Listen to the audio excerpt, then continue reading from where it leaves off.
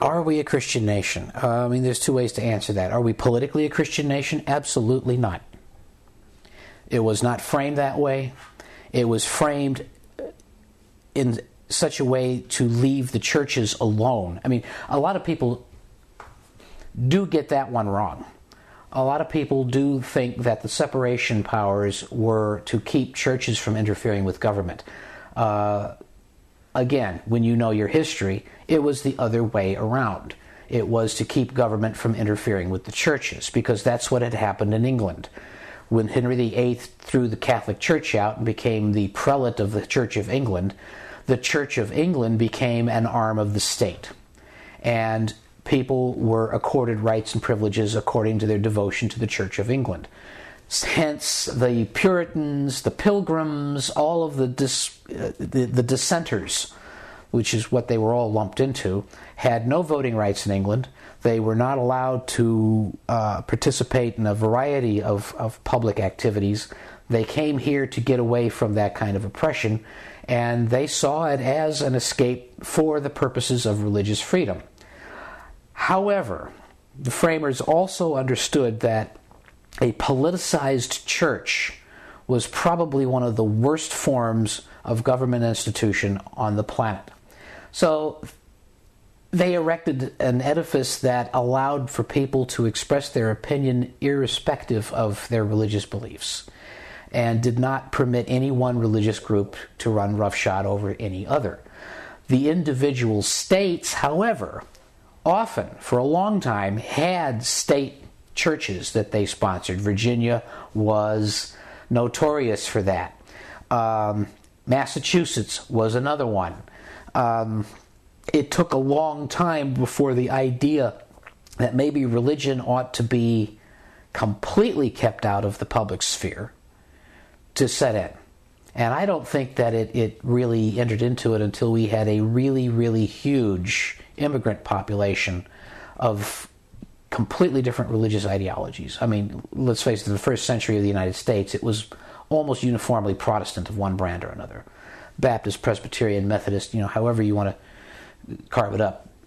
Everybody spoke the same language. The details were wrong, but when you had a huge Jewish population come in, and then you had a large Eastern Orthodox population come in, and of course everyone forgets that for a long, long time Catholics were not considered Christian in this country. The anti-Catholic and the anti-Masonic movements go hand in hand. The Irish were loathed in the 1850s, not just because they were taking jobs for lower wages, but because they were Catholic. And that wasn't resolved until after John F. Kennedy. And this is another piece of historical reality that, you have a lot of Catholics today that just don't understand what a big deal that could possibly be.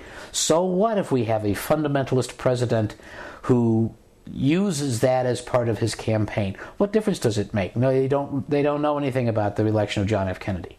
They don't understand why that was a big deal. I'm drifting, of course, from your question. Is this a Christian nation? It is just by circumstance. The majority population are Christians. How else would you define it? They're going to take those values to the polls, whether we like it or not, whoever we is. We are also a secular nation, and I don't think that there should be any kind of contradiction between being secular and being Christian, or Muslim, or Jewish. Secular politics is something that recognizes that your religious ideology is not important to everybody, but the functioning of the institutions of the state is important to everybody. And you have to go from there. Somewhere around 1978, I seized the opportunity to try to write a novel.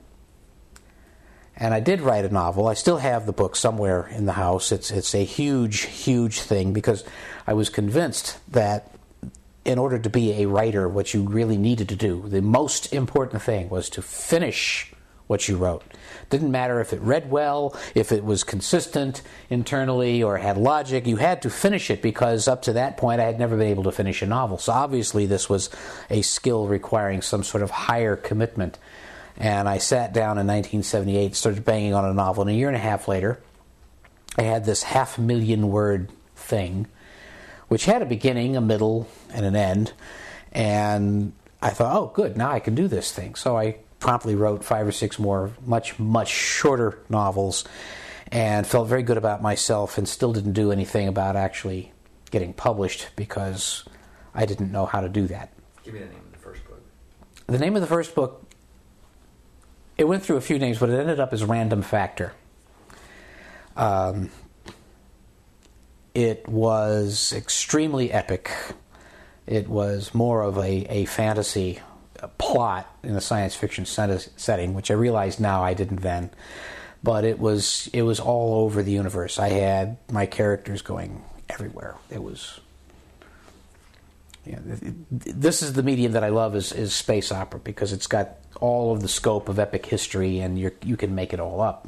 Give me the fast forward of the other kinds of novels you've written. Oh, the other kinds of novels I've written, I'm